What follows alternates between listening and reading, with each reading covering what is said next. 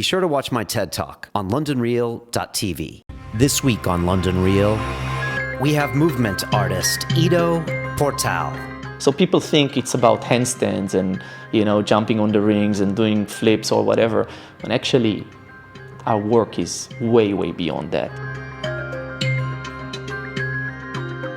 It's a completely different and a huge paradigm shift in the way that you think about your practice and your movement and your body. We all have a body and we all move. We have no choice. The only question is how well are you doing it? And most people just don't have the user manual for their own machinery. Changing your dogma takes guts. I don't believe in planning. I believe in reacting. I'm not a messiah. I'm a thinker. I'm a teacher. I'm a mover. I'm being Ido. I'm just trying to handle myself in that way and be genuine. London Real presents Ido Portal. Just move. Walk beside me. Don't walk behind me.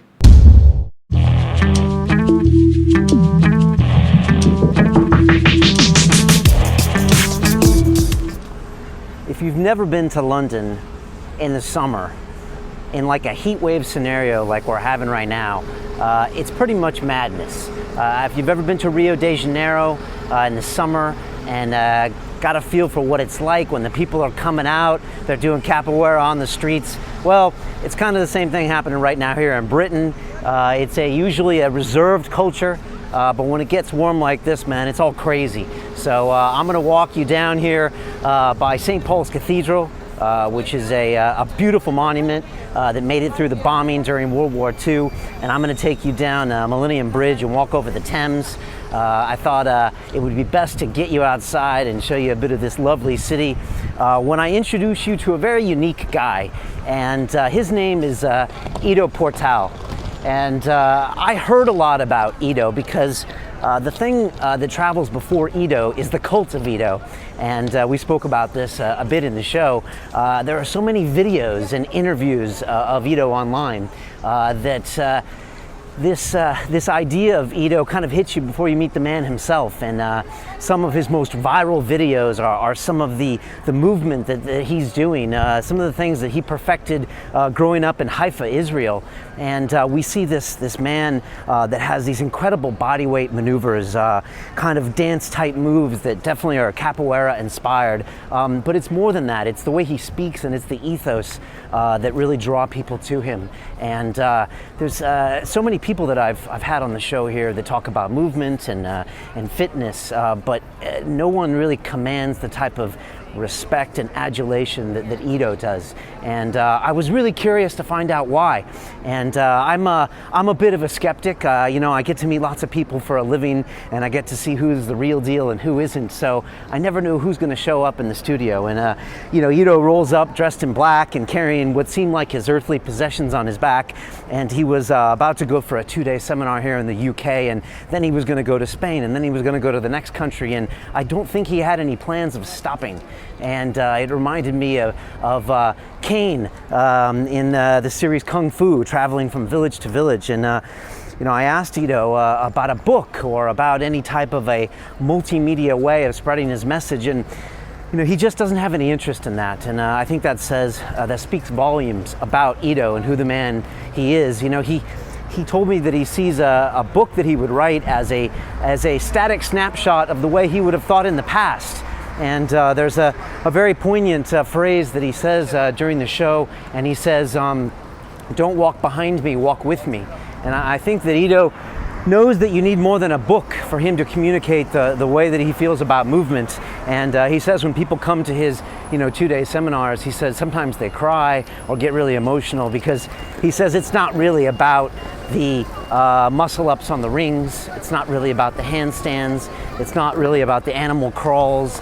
It's more about, I think, maybe getting in touch with our physical selves. Something in this day and age, especially with the internet and the way that we can serve up visual images like this and audio, that maybe we tend to forget that we're effectively animals. and we have this innate sense of motion and our bodies, things that we can really tune out to really quick. And I've been guilty of that in the past, where I've kind of tuned out to what my body's telling me. So Ido reminds us of that. And he's also just a fascinating guy to listen to. He just has a lot of interesting things. He's not afraid to call out vegans and CrossFitters and tell people what he thinks.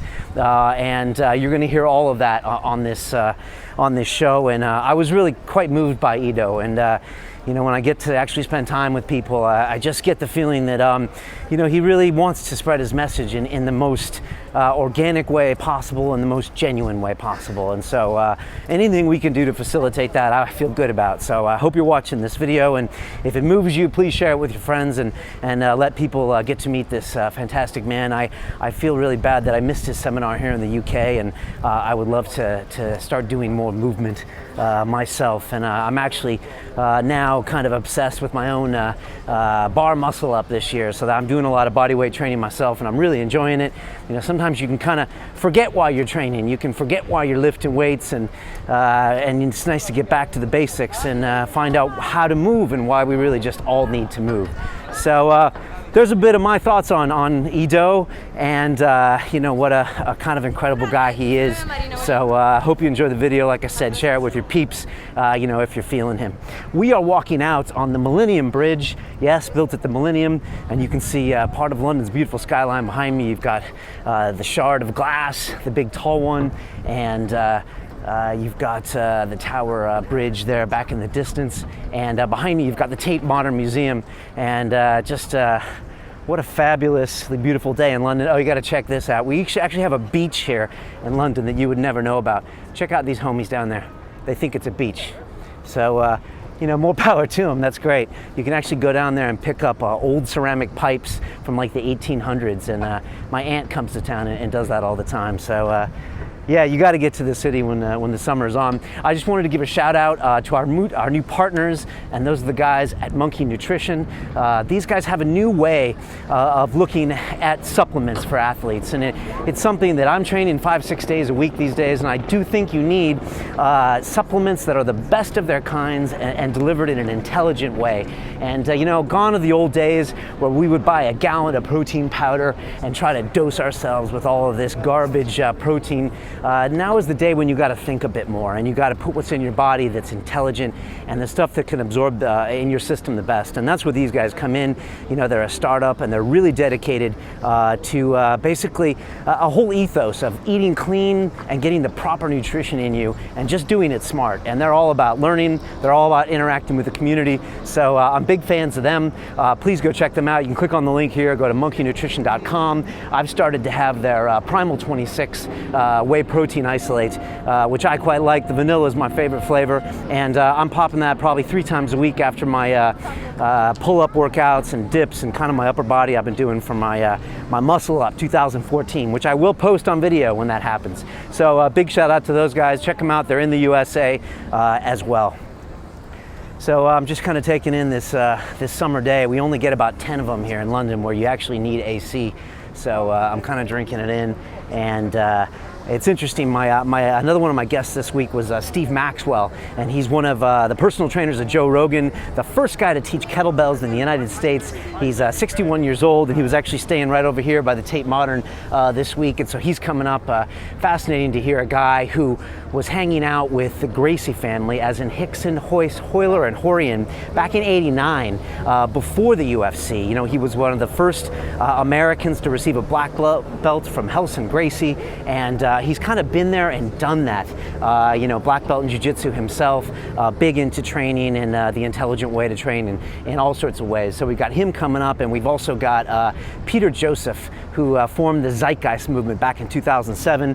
I spent a couple hours with Peter. It was a real honor to finally speak with him. He's one of those guys that I saw on Joe Rogan in 2012, and it kept us inspired and kept us going here at London Real to just know that guys were out there like that with such a message. So, you know, I guess we're really killing it these days, aren't we? We're just being really, really fortunate and really grateful to have such cool people coming on the show. And yeah, I have the fun part where I get to talk to them. So, so there you go. I just wanted to give a final shout out to our long-term partners in crime, the guys that provide my coffee every morning, and that's the folks at Bulletproof.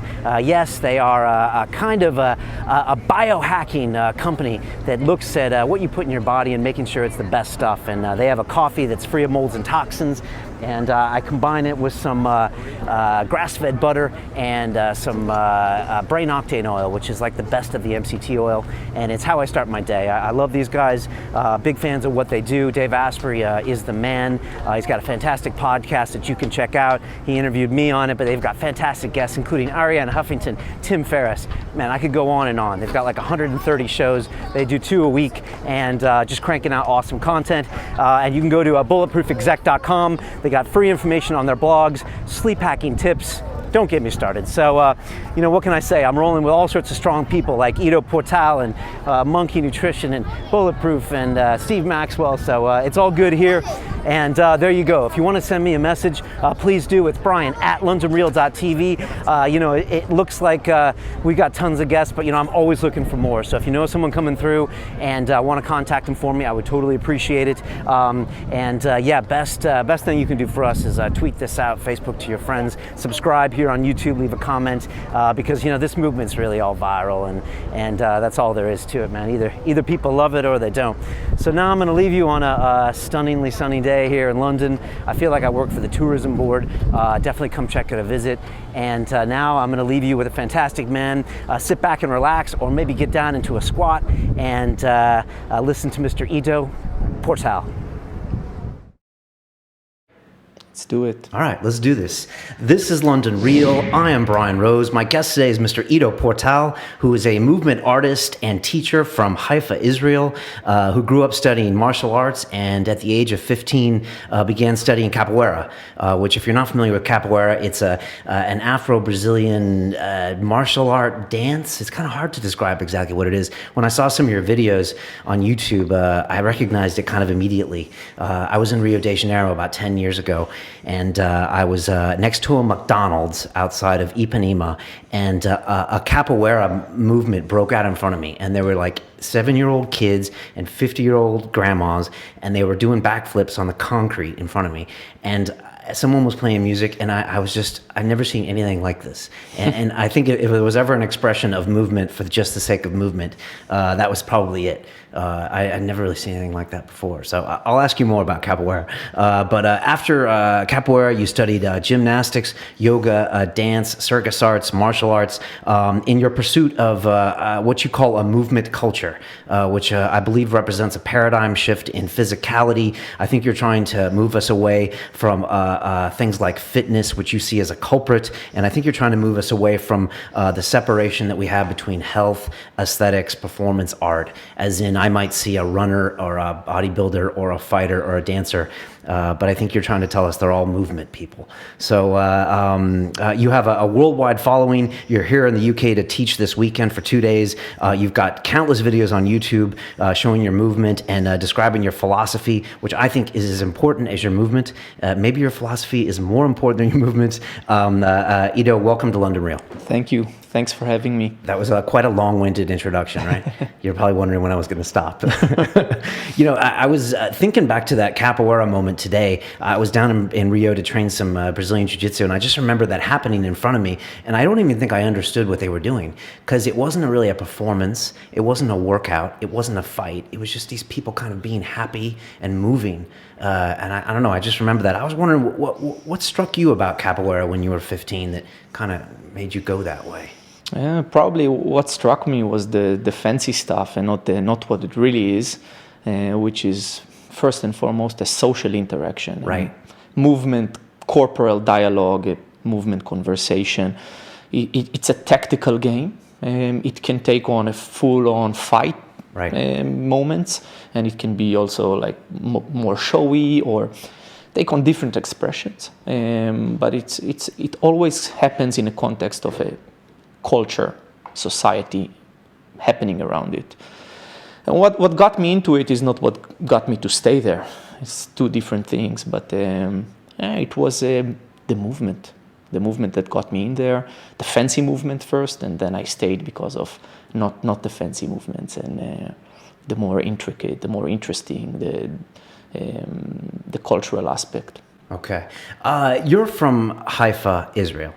I was wondering if you could tell us, what is Israel like? What is Israel not like? A lot of us know Israel because you guys are in the news all the time. And I was watching you in your studio. I'm from San Diego, California, and everyone thinks San Diego must be the greatest place. Why would you ever leave there? And, and I always just say, I think San Diego is a little boring. I get bored with beaches. But I was wondering, what is Haifa like? What is it like growing up in Israel? Tell me.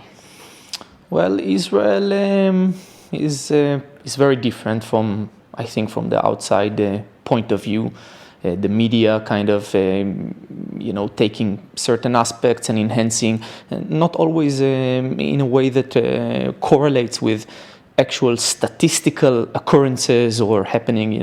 One of my favorite authors, Nassim Taleb, he wrote not so long ago about we should have a news channel that reports according to statistics, and then like diabetes, for example, the amount of people dying from diabetes each day is much more than any terror attack. But you hear about the spicy stuff, you hear about the conflicts. So Israel suffers definitely that kind of a reality.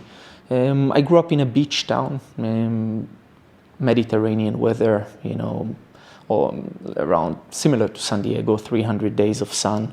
It was a great place.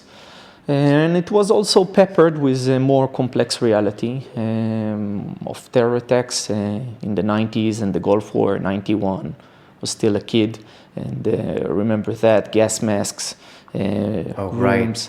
Because Saddam was threatening to attack Israel, so that made everything much more intense. Yeah, and that kind of sits in the background, and but the daily life is very Western. Okay. We speak English pretty well. We grow up with Americanized TV, Americanized food, so very familiar. Probably the biggest difference is what we call tachlis, a very kind of down-to-earth, super practical thing that always sits in the background and no bullshit kind of an approach, because of reality and because of the necessity of such an approach. So people don't walk around the bush, people call it as it is. It can be a bit rough on the edges, but also extremely warm and extremely real. Is that because it's inherently a dangerous place? Is that why people cut through and be very honest with each other, or is there other reasons? That's the thing. It's not inherently a dangerous place if you look at it statistically, but I guess the reality of getting recruited to the military, 18, you guys go to college, we go to the military, and that kind of sits in the background and kind of directs how you act. And nowadays it's much better, but in the 90s, a lot of terror attacks and empty malls and, reality of fear that definitely was there. Again, if you look at the numbers, it was never really bad compared to other stuff going on. But still, it gets to you. Right. It's kind of always in your mind. Mm-hmm. And it's interesting how you say, like, statistically it might not be there, but as humans we're very anecdotal, isn't it? So we respond to things that are new, and there might be more deaths in the U.S. to lung cancer by a factor of 100 versus, say, terror attacks. But of course that's what we talk about. Do you ever think about the man that you would be like without your military service? Would you even be doing what you're doing now? It's definitely changing your perspective, and definitely changed my perspective of movement. And it's a big chunk, and it's something that we prepare for in high school, and we get very physical to get ready for all the special operation tests and various exams and drills. So it definitely changed my physicality, and I think it sits in the heart of a lot of the physicality back home. And at the same time, things like martial arts sometimes take a bit of a weird angle after you do stuff in the military, where it doesn't feel very real sometimes to Israelis. The martial arts seems kind of funny, and it's a very different experience, I think, than doing military service in the UK or the US. First, it's obligatory, and second, just the whole way that it changes us is different. It's not something we like to talk about too much. It's not mentioned a lot afterwards. Yeah. But you're protecting your home turf, you're protecting your family. The conflict is very real, it's very nearby. It's different than if you're in the British Territorial Army. We don't realistically have to worry about anybody coming in here and, bombing my grandmother's house. That's not realistically going to happen. Is that what you mean, that kind of really brings it home, or makes it a little bit different there? Yeah, what you're saying is right, but in the end of the day, you're fighting for your friends, you're fighting with your friends, and that doesn't change if you're in the UK and you're deployed somewhere and you're seeing some action, or if you're in Israel. So I guess that thing doesn't change, but something else changes in the way that everybody's involved, and there is like this feeling that people went through it and they know, but nobody kind of talks too much about it. It seems like, if you talk about this service, it seems like it would be a country full of really tough guys. I've met a few guys that have come from Israel that have come through here. Some are in the tech scene around here, and I'm always like, okay, I wouldn't, he could probably handle himself in a fight. You can tell guys give off an aura, especially when they've been through some tough things, is that they don't project this sense of insecurity and neediness that you see some kind of tough guys do. I was wondering do you think it in a weird way breeds out, maybe the feminine side of the males that might be the more creative side or that kind of thing? I never actually even thought about this. I wasn't even going to ask you, but I was wondering if you think of something like this, because you're a creative guy. Yeah, it all kind of, correlates, and, you pull on a shirt, every atom in the shirt gets affected. Everything is connected. And I'm sure in some way it desensitizes you, and sensitivity is a very important concept inside creativity. And maybe the most important concept, to have this sensitivity to the options, to the possibilities, and then flowing within those possibilities in a creative process. I can see that affecting things. For sure, it's a very deep and a very long-lasting kind of effect. The more you were involved, the more you got to do in the military, which thankfully I didn't get to do too much, and I'm glad for that, for sure. I have a lot of people that come through here, and some are quote unquote famous, or some are in politics, some are writers, and I look at you and I look at the impact you have. I have a lot of friends that are in mixed martial arts, and they can't say enough good things about you. And obviously on the web, everyone really likes you, and I think it's more about your movement and more about your philosophy, because I don't think people are drawn into just movement. I think there's a whole piece behind it, and I was wondering if you could even explain it to yourself when you take a look back and you're saying, why is this such a big thing? Is it because of this underlying philosophy that you have, or what you're telling to people? Why do you think it is? Well, first, it's very important to say that you don't sit down and, hash plans and create, big, long-term philosophical approach. It's more of a reactionary reality, where you react to things and you unravel. You more unravel. You pull on strings, and you let that dictate, your approach. And that's definitely how I approached it. I'm not some form of a genius that sat down and kind of, thought this out years in advance, and I'm just, executing a plan. I don't believe in planning. I believe in reacting, and the planning happens on a very short term. The philosophy to movement, it's something that, it happened.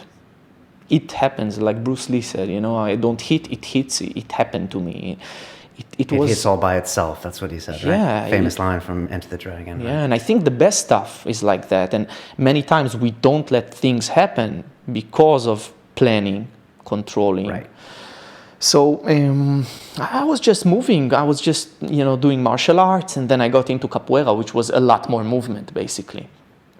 And it struck me. I was in love I was in this romance with capoeira for 15, 16 years, basically thinking of myself as capoeira. I always said, like, how can I stop capoeira? I am capoeira. You can't stop what you are. And with the search of bettering myself and my students, I started to teach very early, and I had a big following back home, a lot of students. I opened up a training center, started to develop everyone, and I was searching for tools. I was searching for answers and trying to get to the next level. And that got me to research more and more, get into other stuff, because the answers were not there. They're not part of capoeira. For example, you do BJJ, but there is no much information on how to keep your body healthy while doing BJJ, inside BJJ. You have to go out and search for other tools. And I was searching for those tools, and while doing it, I kind of lost track. And I ended up actually enjoying other stuff and doing them not for the sake of capoeira anymore. And that got me into the realization that what is the connection there? What is this invisible thread that goes through all these disciplines? And it was movement. Did you feel like you were betraying capoeira in the beginning? Oh, 100%, yeah. So it was like a lover to you. Yeah, and I was, I'm a radical guy. I'm known for it. That's the first thing that people will tell you. I'm the full out going for it, and I was called in capoeira, there are nicknames, and my nickname was Missionario, the missionary. I was the capoeira missionary. I had very extreme following, students that lived with me, ate with me, everything was for capoeira, and I thought of myself as that, and it was extremely difficult to make the transition. So at first I kind of had to cheat myself that I'm still doing it for those reasons, but eventually had to face it and realize it, and then communicate it also with my students. And that got into a very interesting point where I nowadays I believe it's not about what you want to learn. It's about what the teacher want to teach you. And people hate hearing it. If you find a real teacher, and if you find a real process, it doesn't matter what he teaches, what it teaches, what she teaches. It just matters that you found that thing. And so if I'll find a real violin teacher, I'll study violin. Mastery of everything is the mastery of mastery. It's the mastery of yourself. And so you're saying people are searching for the truth. They might not necessarily, even at your seminar this weekend, be searching for movement. They might be searching for direction. 100%. They come to me because they think they know what I do, and actually it's so far from what they think they know what I do. But then I change their mind about it, and then they want to do this thing. Not in a bad way, in a way that I present to them a bigger, better thing, a bigger dogma. You must choose a dogma still. You must have some form of a leading dogma in your practice, in your life. I just show them a bigger umbrella. So people think it's about handstands and jumping on the rings and doing flips or whatever. When actually our work is way, way beyond that. It's a completely different and a huge paradigm shift in the way that you think about your practice and your movement and your body.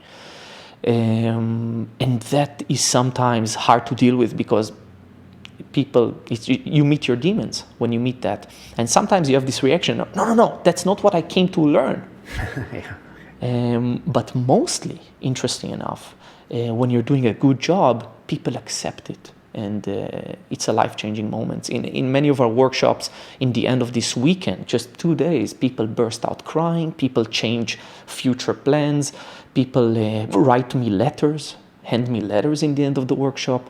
It's an amazing experience to see that and to be part of it. And for me, it's a huge honor. Huge honor. If I hadn't had experienced that myself, I would think you're crazy. But yeah, it's funny. A lot of guys in Brazilian Jiu-Jitsu, they go there to learn how to say beat up guys, and they're like, okay, I'm going to come and learn how to beat up guys. And when they do it for a while, they realize that they find out why that they're actually fighting themselves. And it's all about maybe not fighting yourself anymore. And you see these huge changes in personalities. And I'm guessing that's a little bit of what you're describing happens with your seminars and your students? Yeah, definitely.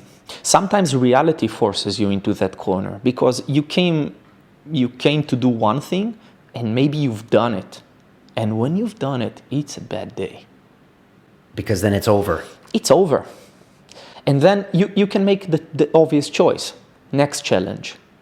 But at a certain point you realize, I'm going to get all this stuff. Or I'm not going to get all this stuff. But anyways, there is something bigger that must lead me here. You know, like I remember the first day I got a one-arm handstand. I was like 3 years focused on this skill. That's how long it took you. Yeah. And you started from a very strong base. And actually, I started, yeah, you can say it's a strong base compared to another person, but I'll tell you, some of my students learned how to do a one-arm handstand under the process that I offered in 3 months.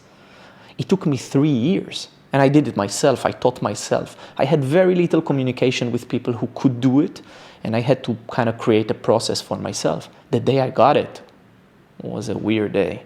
It was, what now? You know, this emptiness hits you. And it's with everything big, with you know, making your first million, with anything big. And then after it happens enough times, you start to realize that you have to kind of operate on a different dogma. These challenges are not enough, you know, like, and that changes what you are searching inside what you do, or it changes what you do.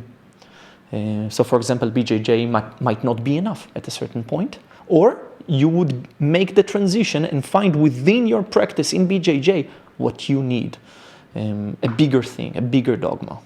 And so, for example, like the one-armed handstand, you get that, and that's a challenge off your list. And of course, now you can set up the next challenge and the one-arm pull-up and this. And then you're realizing that, hold on a second, this is not making me happy, and my life is not about overcoming the next challenge. And now I need to evolve into what am I doing?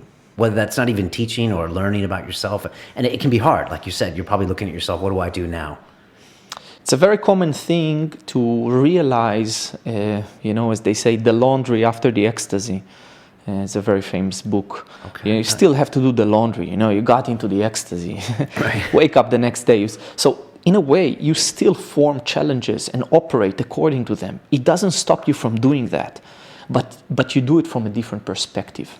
So for example, one thing that changed in the way that I approach things was understanding that I need to decentralize my approach to movement, to practice, to life, so I can adapt better to the unraveling of reality in front of me. For example, if you're a hand balancer and you lose your arm, it's a bad day to be alive. It's over.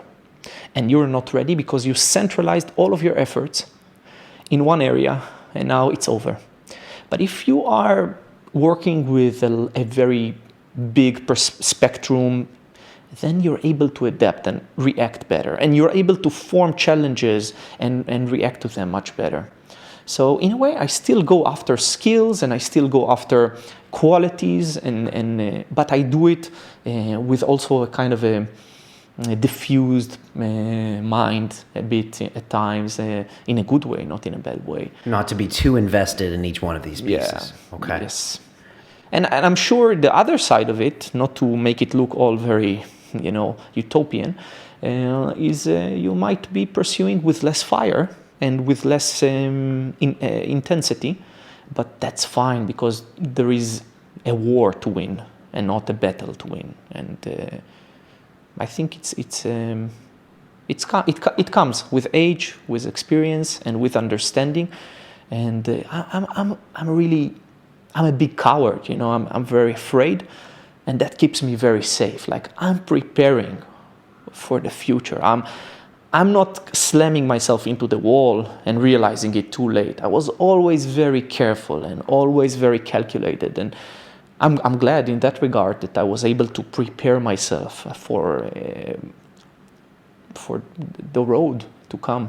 And you said you're scared, so are you prepared to lose your arm? Is that what you're saying? Are you more prepared now than, say, you were 5-10 years ago? Yes, for sure. Okay. Yeah. Okay. Because we will lose everything, you know, and it's part of the thing. We are one of my good friends, Joseph Ruski, he talks about the fact that we're actually cracking our shells.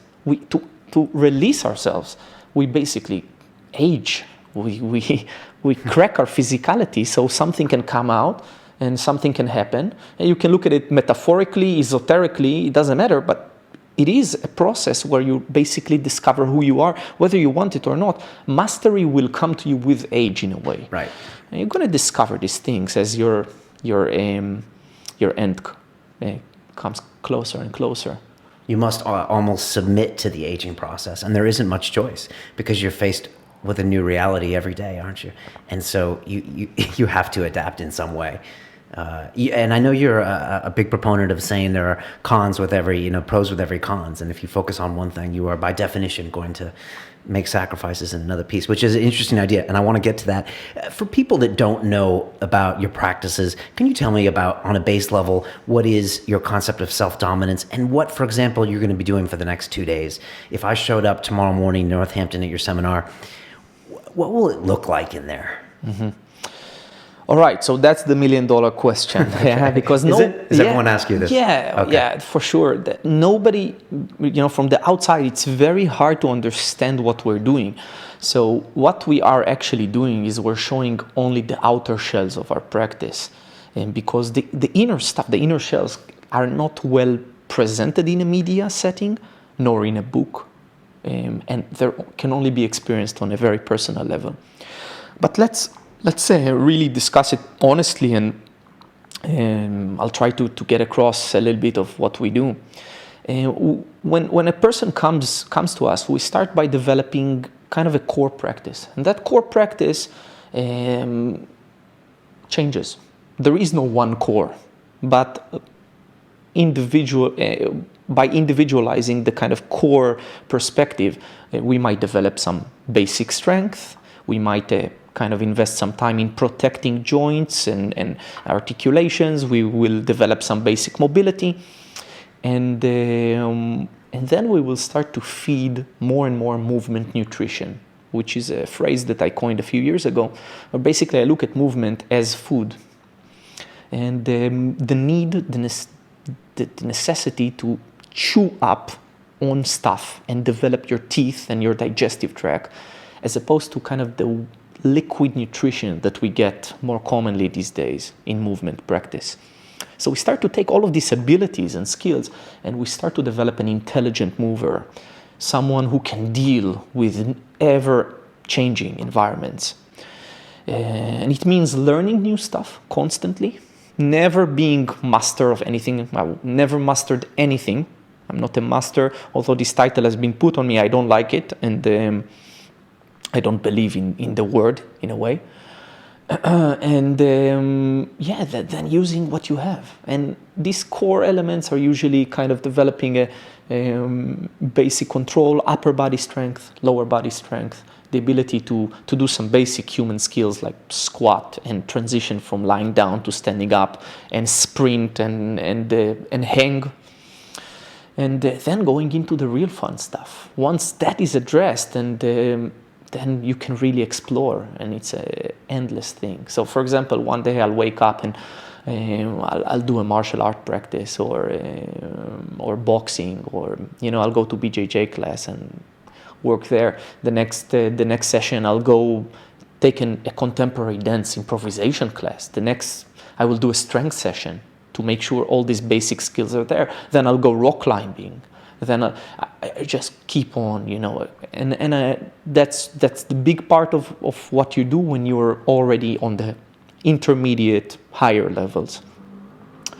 Then I also have like big projects, which I take on myself, and all my students do the same. So, for example, for the next few months, I will research a concept, for example, moving fast. This is a concept that I have been researching lately. Just to be able to move fast, regardless of technique.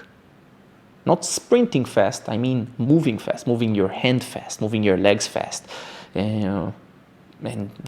Just experiencing and researching that. In the next few days, we lead a group of people in a variety of drills. We do a bit of strength work, more kind of a gymnastics-oriented strength work, and we do a little bit of hand balancing, and that's two aspects that everybody knows. But then we'll also be using a concept that I call kinetic koans, like movement riddles.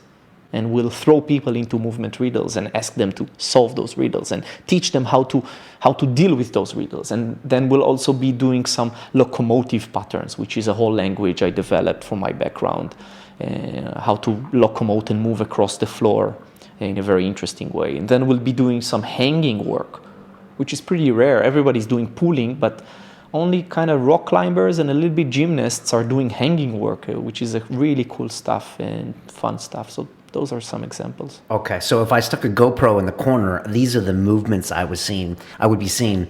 And what's the subtext? What is going on under the surface of this weekend, for example? You know, what are you really teaching? First, to embodiment. You have no choice. You live in a body. People ask us, what's the prerequisites for the event? So one of my students, he answered, to have a body. Yeah. and we all have a body, and we all move. We have no choice. The only question is, how well are you doing it? And most people just don't have the user manual for their own machinery. Why is that? Why aren't we given a user manual as humans? We've moved away from it. We're not forced anymore into developing the user manual. Okay. And when we are not forced to do stuff, we lose it. And that's a very common thing that happens to us. And then we have to approach it in a completely different way and regain those abilities. And that's kind of the romantic kind of paleo perspective. But I don't operate according to this dogma alone. I believe we are now moving also a certain part of the population better than ever. And I believe we are the most complex movers on the planet. Although we like to romanticize and the animal kingdom, we are the most complex movers on the planet. And it sits in the heart of how we ascended to the top of the food chain. Our movement capabilities. Brain was a tool for those movement capabilities. We can climb not as well as other primates, and we can't run as fast as the cheetah, but we can mimic all of these animals pretty much, and we can go into the water, and we can go into the trees, and we can operate on the ground, and we can develop all kinds of tools and move in very complex ways. So we are the most complex movers on the planet. If I was a banker, Wall Street, or city trader here in London, and I'm going to show up tomorrow on Saturday, what are the range of my emotions going to be like? Am I going to be frustrated at some point? Am I going to be confused with kind of what you're teaching? Do you see kind of like a typical range of emotions from people coming in? You must be used to it by now. Yeah, we're very careful with people in that regard because I am very connected and realized many years ago the abuse that goes on. It's very easy to traumatize people. And it happens a lot in martial arts, and you must know a lot about this. Yeah. BJJ is a huge world of abuse. Huge. Let's be very frank. And I was going to think boxing at first because I know so many extreme cases where someone throws someone in a ring when they don't belong there and they get hurt. I don't see that kind of specific thing happening in jiu-jitsu, but please tell me your thoughts. It's actually, I'll give it to you as it is. Like, there are certain cultures that do it more than others, and the Brazilian culture is a huge culture that in their physicality, they're amazing movers, amazing. But there is a lot of abuse going on within the martial arts in Brazil. And it definitely happens also in BJJ, where certain positions are held for a bit too long, and, a lot of stuff that shouldn't be there always. It's not always necessary. Yes, we're doing martial arts, but you are actually preventing people from progressing with this. You're traumatizing them. And for sure in boxing, it happens a lot. When I started boxing, I went to train with some of the Russians in Israel, the Russian immigrants, and I was the only one, kind of speaking Hebrew there. And I was abused 100%, I was humiliated, abused, and I had to, chew down on it and deal with it. And yeah, I was okay eventually, but definitely it carried something in my mind, and I left boxing for a while. The next time I went to box with my current teacher, Jacob Dascalo is an amazing coach, and I realized there is another way. Right. And I saw a really careful and very successful long-term process where the coach is not afraid to throw the white towel in the right moments and taking one step forward and maybe 3 backwards, and again building up a few single steps forward and kind of realizing who is he working with. Movement is the same. If you throw someone into movement challenges and he experiences he slaps a title on himself, puts a title, I'm uncoordinated, I'm not talented enough, I'm not gifted, and it's not for me. And this I don't allow in my workshops, in my classes, in my work. And I talk about it, and I put it out there, and I tease people. And if they're good, then I'm gonna go deeper and deeper, and this should be individualized. Sits in the heart of how we approach things. We individualize things. There are no protocols. And that's a major reason behind the misunderstanding of what we do, because people look for protocols. They want to, okay, that's what they do. Or this is what they do. But actually, everything is context for me. So, yeah, very few people understand what I'm doing and how to approach it. And those are the people who work with me and work for me. And they're very close people to me. They've been spending time with me for years. I will never certify someone over a weekend, over a year. Because I believe it's all context, and it requires a very wide set of tools and understanding and a certain mindset to be a teacher. You talked about dogmas earlier, and you talked about capoeira. It's interesting, the most famous videos and pictures of you are in your one-handed stand, one-arm handstand. Again, like the flashy moves, like you said about capoeira. And are you ever at risk of becoming known for those things, which ultimately aren't really what you're about? Yeah, for sure. And it happened. It already happened. Right. Many people recognize me for those movements, and do you like that, or do you not like that? I don't like it, but I used it. I have to realize what a tool it was for me. A tool to get to more people and deliver the right message. And I've conned my way into people's hearts and minds, and used what I can use. Used everything from my body and into my movements, and then later I arrived at a point where I can deliver a more potent message and tell you the truth. It's a bit of a secret. Not many people know, but I talk about it with my close people. I've lost my interest in handstands a long time ago. I still teach it and I still share it because I believe that's what people need in certain aspects, but I'm not there. That's blasphemy. Yeah, and I'm not there. I've moved. How could you be? You spent so much time perfecting it. If you were still interested in handstands, I would think something's wrong with you. Mm-hmm. Yeah, but a lot of people will do that for years and years and will just take the next challenge. I could always take a next challenge. My handstands are garbage. They could have been much better. Yeah, I can stand on one arm. It's super impressive, but there are people who eat me for breakfast with handstands. And I made a choice not to be there because I realized that's not what I want. I don't want another position and in perfecting another small detail while I'm losing sight of so much stuff on the other side. So I really formed a practice around it, and I help people achieve those things that I was once interested in. But me, myself, I've moved so many subjects since handstands and researched so much stuff, and it's a never-ending thing. I believe like the rest of the pyramid will just dry out if I don't continue and have this kind of a research mindset. Talk to me about dogmas and and getting past your own dogmas. You first set up to differentiate yourself from the world, and then you end up becoming a slave to them. Tell me your thoughts on that, and how do you avoid it?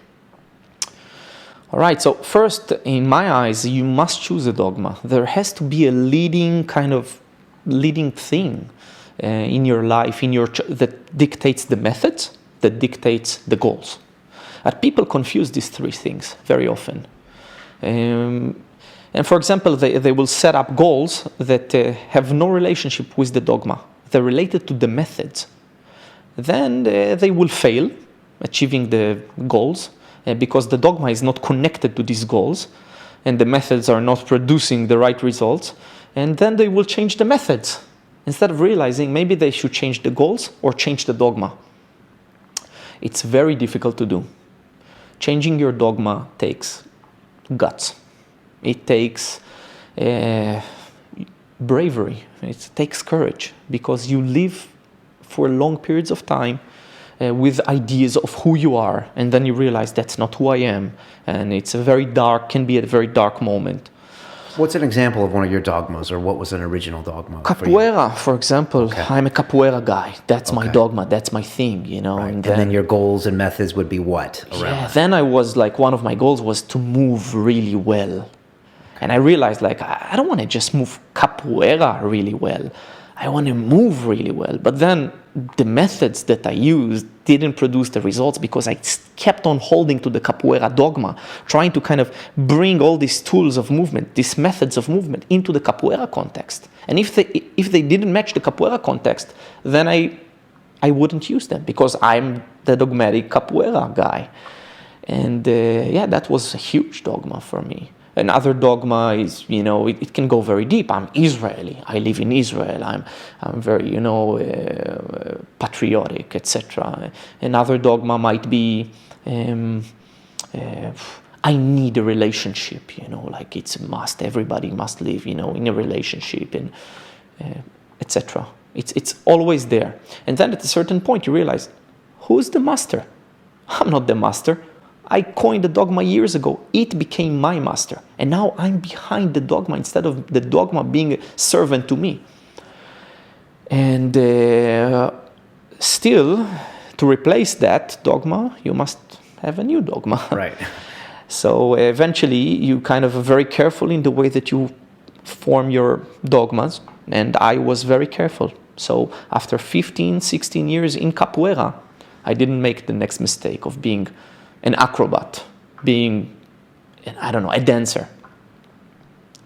I realized I love movement on all of its shades. Utilitarian movement, artistic movement, breathing, any form of mind-body connection. And if it's just kind of a Descartesian existence from the head up, a very cognitive, then I'm not so interested. It's always about the connection to the body. And that's why I use that dogma. And I think it's a good dogma to have. It's wide enough for me to shift and move. And I have room for movement, literally, inside this dogma. And I can change what I do. I'm not the handstand guy.